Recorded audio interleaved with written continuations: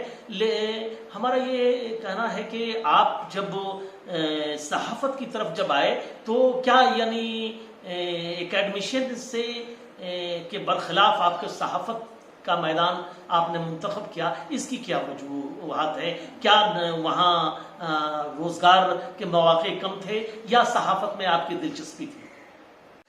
خیر, تو بہار P H D کرنے کے بعد پیسہ تو کمانا تھا, پیٹ تو بھرنا تھا. تو اگر آپ پی ایچ ڈی کرنے کے بعد اکیڈمک میں سیٹ نہیں ہوتے ہیں تو آپ کے پاس میڈیا کے علاوہ اور کوئی آپشن نہیں رہتا ہے. لیکن میں بائی ایکسیڈنٹلی نہیں گیا. میں اسٹوڈنٹ لائف میں بھی آرٹیکل لکھتا رہا تھا اخبار میں, اور مجھے بہت اچھا لگتا تھا کہ آپ کی بات 10 آدمی, 100 آدمی, 200 آدمی سنیں, اور میرے آرٹیکل کو لوگ سراہتے تھے. تو جب پی ایچ ڈی ختم ہو گئی تب پھر میں نے سہارا جوائن کیا, اور وہاں سہارا تقریباً 9 سال رہا. 9 سال کے اپنے پورے ایکسپیرینس میں اتنا تو کہہ سکتا ہوں کہ جس طرح اردو ادب یا اردو زبان اپنے بقا کے لیے تڑپ رہی ہے, اسی طرح اردو صحافت کو بھی بہت ساری پریشانیوں کا سامنا کرنا پڑ رہا ہے. ڈاکٹر زین شمشید صاحب, آپ سے گفتگو کا سلسلہ دراز کرتے ہوئے یہ کہنا ہم چاہیں گے کہ کیا آپ ایک اردو کے طالب علم رہے ہیں, اردو کو بڑے قریب سے دیکھا ہے بطور ریسرچ اسکالر, بطور صحافی اور بطور مبصر, تو آپ کی نظر میں اردو کی زبوں حالی اور تنزلی کے کیا اسباب ہیں, اس پہ کچھ روشنی ڈالنے کی کوشش کریں ڈاکٹر زین شمشید. بہت کم لفظوں میں, بلکہ ایک جملے میں اگر میں یہ کہوں کہ اردو آبادی جیسے جیسے امیر ہوتی جائے گی, اردو سے وہ اپنا پیچھا چھڑاتی چلی جائے گی. اس کی وجہ یہ ہے کہ جس طرح ذرا سا پیسہ ہوتا ہے تو لوگ اپنے بچوں کو پیزا اور برگر کھلانا شروع کر دیتے ہیں, اسی طرح ذرا سا پیسہ ہوتا ہے تو لوگ اپنے بچوں کو کانوینٹ اسکول میں ڈالنے کی کوشش کرتے ہیں. اب سوال یہ ہے کہ کانوینٹ میں کیوں نہ ڈالیں, لیکن یہ بھول جاتے ہیں کہ ان کی جو اپنی پوری تہذیب ہے وہ اردو سے اسی طرح منسلک ہے جیسے آپ کا مذہب منسلک ہے. اردو ہندوستان میں مسلمانوں کے ڈی این اے میں ہے.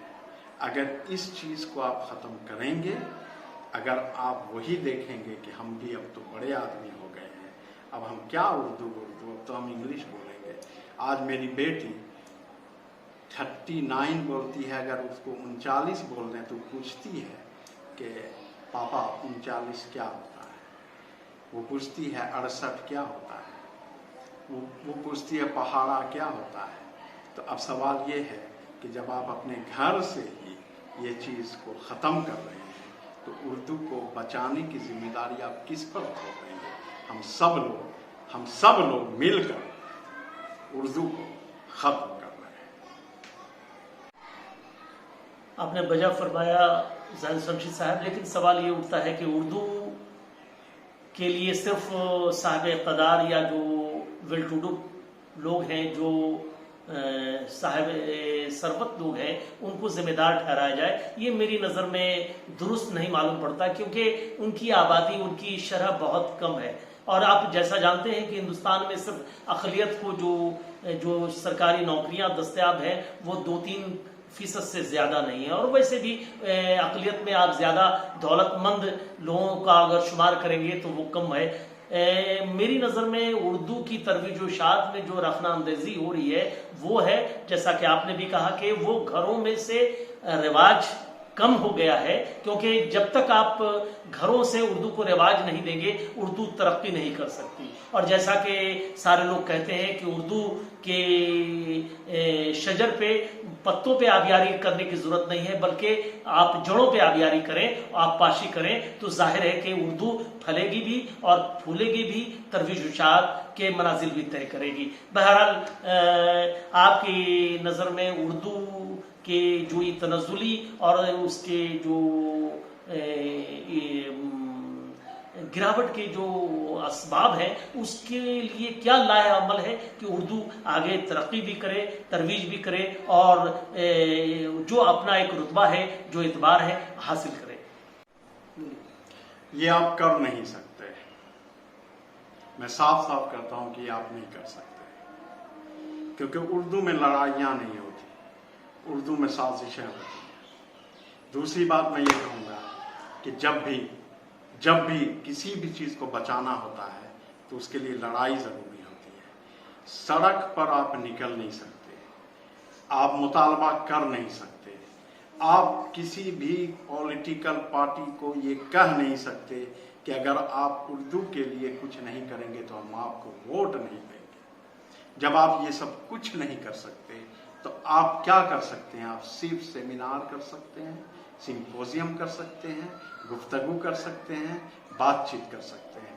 اردو کو بچانا ہے تو لڑائی آپ کو لڑنی ہوگی، اردو والوں سے بھی، ان لوگوں سے بھی جو اردو کی روٹی کھاتے ہیں. اور میں کہوں گا کہ اردو والے اور لوگ تو مفت کی روٹی کھاتے ہیں، اردو والے مفت کی باقر خوانی کھاتے ہیں.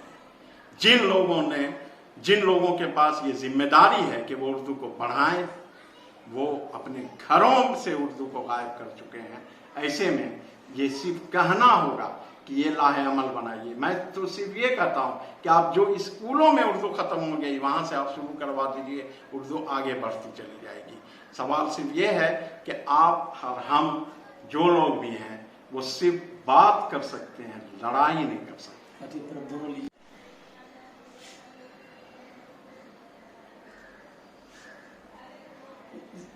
ڈاکٹر زین سرجیت صاحب سے آپ یہ مکالمہ میں آپ گفتگو، آپ ہمارے روبرو تھے، ہمارے مہمان تھے. آج ظاہر ہے کہ اردو کے لیے ہم سب ذمہ دار ہیں، کسی ایک پر انگلی اور اشارہ کرنا یہ جائز نہیں ہوگا، کیونکہ جیسا کہ آپ نے بھی فرمایا کہ اردو کا رواج گھروں سے دیا جائے تو بہتر ہوگا. لیکن یہ اردو ایک مہذب زبان ہے، اس کو بہتر یہ ہوگا کہ سڑکوں پہ لڑنے اور دوسروں پہ تکیہ کرنے سے بہتر ہوگا کہ ہم اردو کو گھروں سے رواج دیں تو بہتر ہوگا. کیونکہ چیریٹی بگنز ایٹ ہوم، گھروں سے ہی سخاوت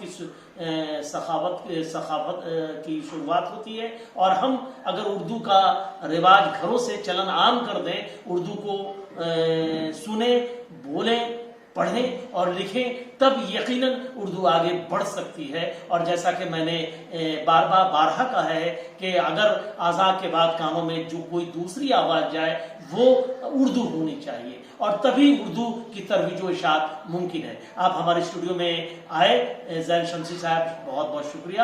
اور ظاہر ہے کہ ہماری دعوت قبول کی، اب آئندہ بھی آپ سے گفتگو کا سلسلہ یوں ہی چلتا رہے گا. شکریہ، تھینک یو.